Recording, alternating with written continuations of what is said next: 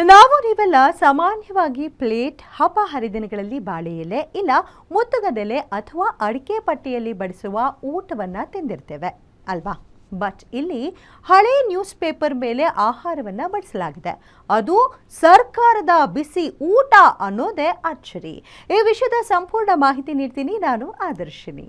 ಮಕ್ಕಳಿಂದ ಅಪೌಷ್ಟಿಕತೆ ಮುಕ್ತ ಮಾಡಬೇಕು, ಅವರ ಹಸಿವನ್ನ ಮುಕ್ತ ಮಾಡಬೇಕು ಎಂಬ ಉದ್ದೇಶದಿಂದ ದೇಶದೆಲ್ಲೆಡೆ ಸರ್ಕಾರ ಶಾಲೆಗಳಲ್ಲಿ ಮಕ್ಕಳಿಗೆ ಬಿಸಿಯೂಟ ಪೂರೈಕೆ ಮಾಡ್ತಿದೆ. ಊಟ ತಿನ್ನುವುದಕ್ಕೆ ಬಹುತೇಕ ಸರ್ಕಾರಿ ಶಾಲೆಗಳಲ್ಲಿ ಮಕ್ಕಳೇ ತಟ್ಟೆ ಅಥವಾ ಊಟದ ಡಬ್ಬಿ ತೆಗೆದುಕೊಂಡು ಹೋಗ್ತಾರೆ.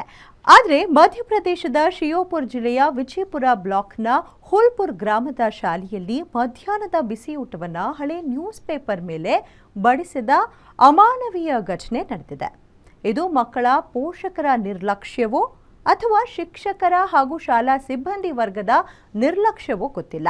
ಈ ಘಟನೆಯ ವಿಡಿಯೋ ಸಾಮಾಜಿಕ ಜಾಲತಾಣದಲ್ಲಿ ಭಾರೀ ವೈರಲ್ ಆಗ್ತಿದ್ದು ಜನ ತೀವ್ರ ಆಕ್ರೋಶ ವ್ಯಕ್ತಪಡಿಸಿದ್ದಾರೆ. ಕೈನಲ್ಲಿ ರೋಟಿ ಹಿಡ್ಕೊಂಡು ಮತ್ತೊಂದು ಕೈನಿಂದ ನೆಲದ ಮೇಲೆ ಹಸಿದ ಪೇಪರ್ ಮೇಲೆ ಸುರಿದ ಸಾರಿಗೆ ಮುಟ್ಟಿಸಿ ತಿಂತಿದ್ದಾರೆ.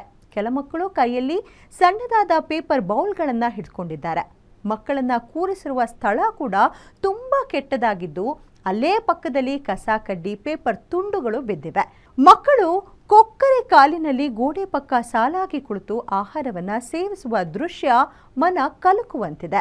ಸದ್ಯ ಈ ವಿಡಿಯೋ ವೈರಲ್ ಆದ ನಂತರ ಶಿಯೋಪುರ್ ಜಿಲ್ಲಾ ಕಲೆಕ್ಟರ್ ಅರ್ಪಿತ್ ವರ್ಮಾ ಅವರು ಉಪವಿಭಾಗೀಯ ಮ್ಯಾಜಿಸ್ಟ್ರೇಟ್ ಅವರಿಂದ ಇಮಿಡಿಯೇಟ್ ಎಂಕ್ವೈರಿಗೆ ಆದೇಶಿಸಿದ್ದಾರೆ. ತನಿಖೆ ನಡೆಸಿದಾಗ ಈ ರೀತಿ ಮಾಡಿರುವುದು ನಿಜ ಅಂತ ಸಾಬೀತಾಗಿದ್ದು ಅಲ್ಲಿನ ಬಿಸಿಯೂಟ ಸಿಬ್ಬಂದಿಯನ್ನ ವಜಾ ಮಾಡಿ ಶಾಲೆಯ ಪ್ರಾಂಶುಪಾಲರಿಗೆ ನೋಟಿಸ್ ನೀಡಲಾಗಿದೆ.